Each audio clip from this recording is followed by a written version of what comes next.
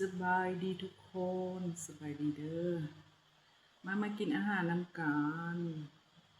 ช่วงนี้กินเจเด้อช่วงนี้เพราะว่าไปกวดสุขภาพละมีไขมันความดันเบาหวานเนาะมีบรอกโคลีไข่ปลาหมกไข่ปลา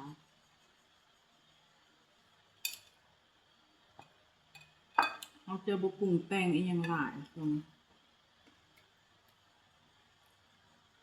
กินแบบบ่ปรุงก็จำเนาะบ่เคยแล้วมีผักเสี้ยวผักกาดเนาะลวกอันนี้ผักเสี้ยวเคยกินบ่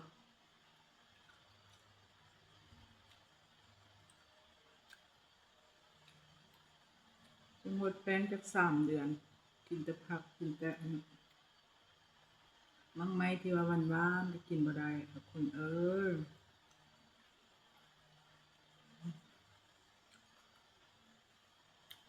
น้องเล่นนี่คันมีอันน้องเล่นน้อยของเนยแดงๆแซ่บแต่ว่ามันยักหวานตัวนึงค่อยปลาน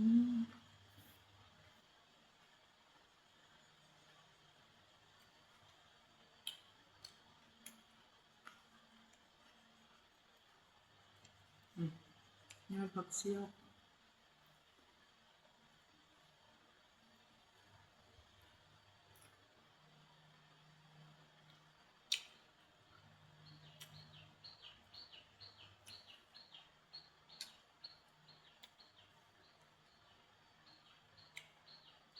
กินน้ำกันเด้อทุกคน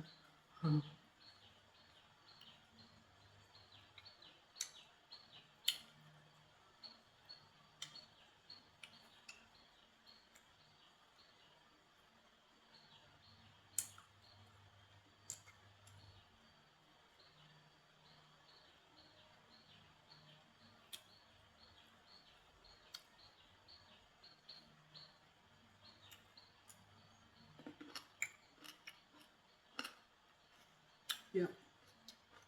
ชม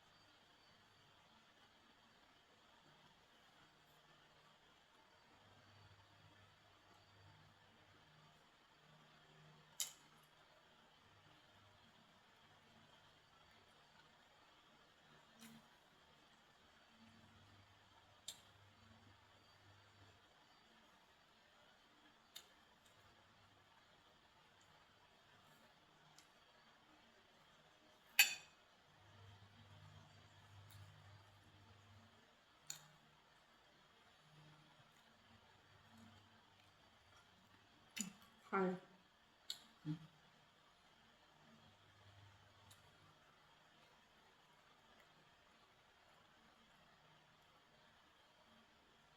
กินบ่หมดดอกเฮ็ดเพื่อต้องสวยนำต้องสวยครับก็คือกินแบบนี้พยายามถ้าใครบ่มักบ่กินก็ได้เนาะ